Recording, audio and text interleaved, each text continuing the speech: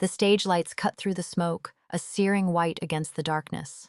On the screen behind her, a digital thunderstorm rages. She stands alone, a solitary figure in the eye of the storm, her voice a raw, trembling instrument of defiance.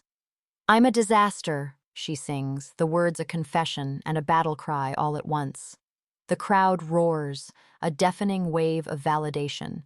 They see her. They feel her. They believe her. But who is she, really? Is she the broken poet, the rebellious pop star, the firebrand activist? Or is she something more?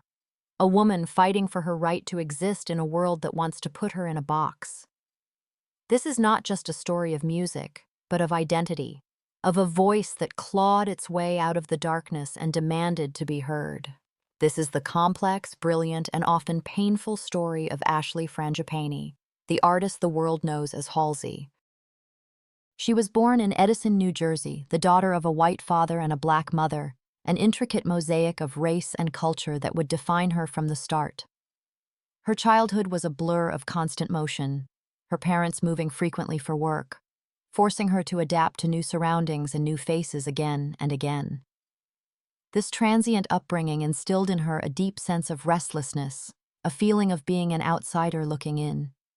Music was her anchor, her only constant. She devoured everything from The Cure to Tupac, a voracious appetite for sound that knew no genre boundaries. But beneath the surface of this creative hunger, there was a growing storm. At a young age, she was diagnosed with bipolar disorder, a condition that would become a constant companion, shaping her worldview and fueling her art. She would later reflect on this time, saying, "I just felt like no one understood what was going on in my head. So I started writing songs about it, just to have a record of what it felt like to be me." The music wasn't just an escape, it was a map, a guide to the chaotic landscape of her own mind. The journey from Ashley to Halsey was not a gentle one. It was a brutal, beautiful fight for survival. She dropped out of college, found herself in a period of homelessness, and lived on the frayed edges of society. This was not a romanticized artistic struggle. It was a grinding, soul-crushing reality. She wrote and recorded music in her bedroom, pouring her pain and her poetry into every line.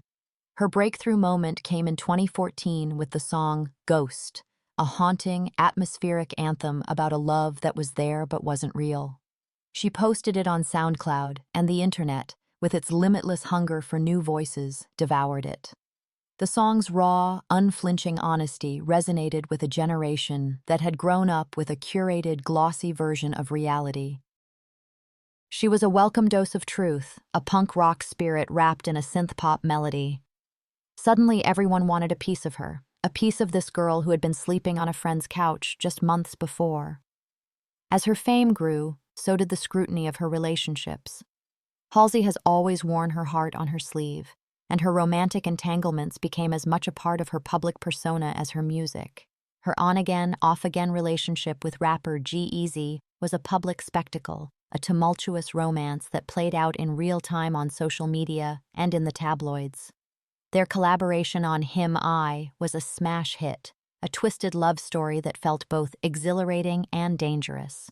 When they finally broke up for good, the fallout was messy and public. Halsey, never one to shy away from her emotions, would later address the pain in her music, a raw, honest chronicle of heartbreak and betrayal. Her relationship with actor Evan Peters, though more private, also drew intense media attention. The public, it seemed, couldn't get enough of her love life, seeing it as a real-world reflection of the dramatic narratives in her songs. A journalist for Rolling Stone once observed, "Halsey's career isn't just about her music. It's a serialized story of her life, with each new song, each new relationship serving as another chapter."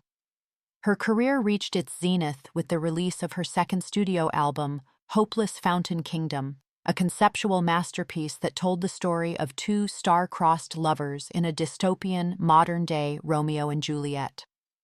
The album was a commercial and critical success, cementing her status as a pop superstar.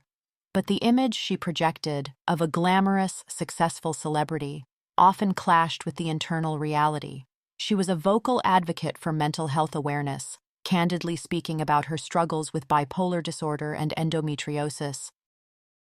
She used her platform to champion causes she believed in, from LGBTQ+ rights to racial justice. This wasn't a carefully curated political stance, it was an extension of her very being. She was a contradiction personified, a chart-topping pop star who wrote about her struggles with mental illness, a mainstream artist who fiercely defended her right to be an outsider. But behind the scenes, away from the roaring crowds and the flashing lights, her life was a constant battle. The pressures of fame, the relentless touring schedule, and the public scrutiny were a heavy burden.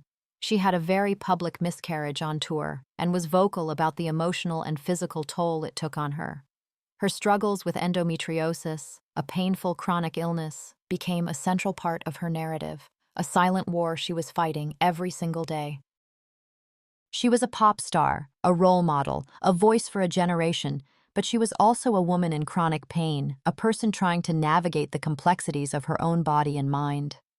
In a candid interview, she once confessed, "I don't think I can ever just be happy for a long time. It feels like there's always something to be sad about." This was the core of her art, the secret heart of her appeal, her willingness to be vulnerable, to show the cracks in the facade, and to let her fans know that it was okay to not be okay.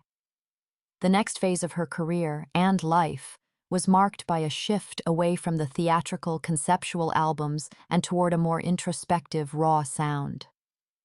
Her album Manic, a deeply personal exploration of her mental health, was a critical triumph. Then, a few years later, came a stunning announcement. She was pregnant. This was a moment of immense joy, but also of profound vulnerability. The very public struggles she had with her health and past miscarriages made the journey to motherhood a delicate and emotional one. The world watched, with a mix of celebration and concern, as she navigated this new chapter of her life. She became a mother, and her art, once a chronicle of a lost and broken girl, began to tell a new story, one of hope, resilience, and the quiet, fierce love of a parent. Halsey's legacy is not a neat, tidy package. It is a tangled, beautiful mess of contradictions and complexities. She is remembered as a pop star who refused to play by the rules, a rock and roll soul in a pop star's body. She is an icon for the queer community, a champion for mental health awareness, and a voice for a generation that feels unseen and unheard. She showed the world that you could be successful and sad, glamorous and broken, a force of nature and a fragile human being all at once. She never pretended to have all the answers. Instead, she asked the questions, and in doing so, gave her fans permission to do the same. The final image, the one that endures, is not of a screaming crowd or a shimmering stage. It is a quiet moment, a flash of her in her home, holding her child. The bright lights and loud music are gone. Here, in the soft, intimate glow of motherhood, there is a new kind of song, a different kind of story. It's a story of survival, of finding a new kind of purpose after a lifetime of searching. It is the end of one chapter and the beginning of another, a testament to a woman who, against all odds, found a way to not just survive, but to create a life and a legacy that is as beautiful and complicated as she is.